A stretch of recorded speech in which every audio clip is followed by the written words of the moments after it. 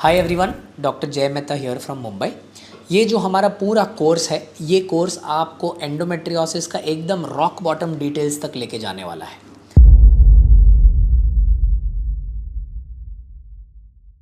ये कोर्स पढ़ने के बाद में आपको एंडोमेट्रियोसिस की बीमारी को लेकर करेक्ट डिसीजंस लेने में बहुत ज़्यादा फ़ायदा होगा। दोस्तों, जब कभी भी किसी को एंडोमेट्रियोसिस होता है, living with endometriosis is a very important aspect. ठीक है, उस सिचुएशन में एज अ पेशेंट आप डेफिनेटली जो डॉक्टर सजेस्ट करते हैं, या सर्जरी है या दवाई है या फर्टिलिटी की कोई भी प्रोसीजर्स है, वो तो करवाओगे ही। बट ऐसे थोड़े बहुत डाइट मॉडिफिकेशंस अगर आप कर सकते हो तो शायद आपको एंडोमेट्रियोसिस का रिकरेंस और एंडोमेट्रियोसिस का फैलावा कम हो सकता है। ऑलराइट, सिंपल से ब्रीफ कर लेते हैं दोस्तों। एंडोमेट्रियोसिस उस प्रकार की बीमारी है जिसमें ओवरी के अंदर एंडोमेट्रियोटिक सिस्ट, जिसे हम बोलते हैं चॉकलेट सिस्ट, डीप एंडोमेट्रियोसिस में यहाँ पे नोड्यूल मतलब इंटेस्टाइनल नोड्यूल, और यूट्रस के पिछला हिस्सा जिसको पोस्टीरियर वॉल बोलते हैं बड़ा हो जाना, जिसको अडिनोमायोसिस बोलते हैं, ये सब होने की संभावना है। ऑफ कोर्स एंडोमेट्रियोसिस पेल्विस के बाहर भी बहुत लोकेशंस जैसे कि ब्लैडर है, सिग्मोइड है, अपेंडिक्स है, बहुत लोकेशंस पे हो सकता है।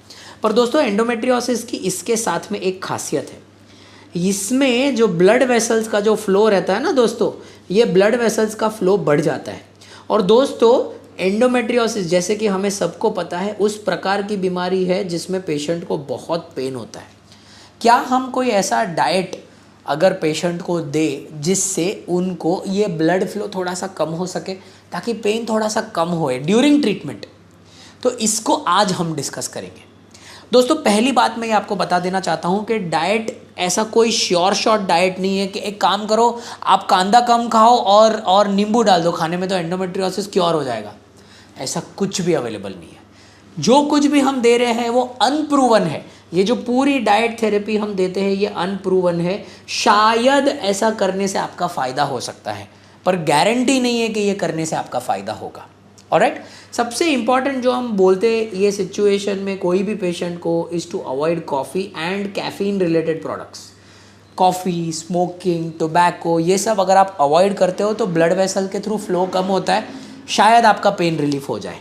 सेकेंड, जो हम कॉमनली बोलते हैं लोगों को is to avoid red meat, मतलब कोई भी प्रकार का red meat, mutton, beef, pork, ham, ये सब अगर आप अवॉइड करते हो तो एंडोमेट्रियोसिस बॉडी में प्रोलिफरेट होने के जो चांसेस रहते हैं वो डेफिनेटली थोड़े से कम हो सकते हैं।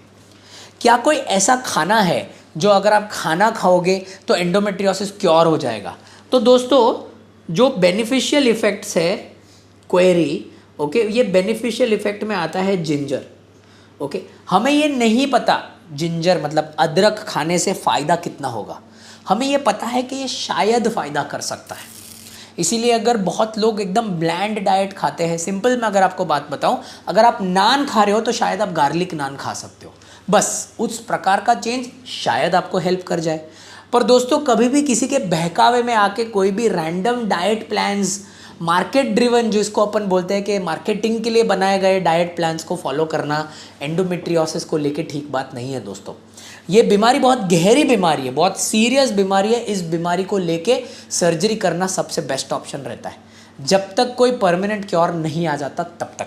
इसीलिए अनफेयर मार्केटिंग प्रैक्टिसेस जो एंडोमेट्रियोसिस में होती है, बहुत कम लोग ऑपरेट करते हैं पर बताते हैं कि वो एंडोमेट्रियोसिस के सर्जन्स हैं, है ना। ऐसे लोगों से बचना है और करेक्ट जगह पे जाके परमानेंट सोल्यूशन के लिए दवाई करनी है या परमानेंट सोल्यूशन के लिए सर्जरी करनी है। Alright, thank you so much.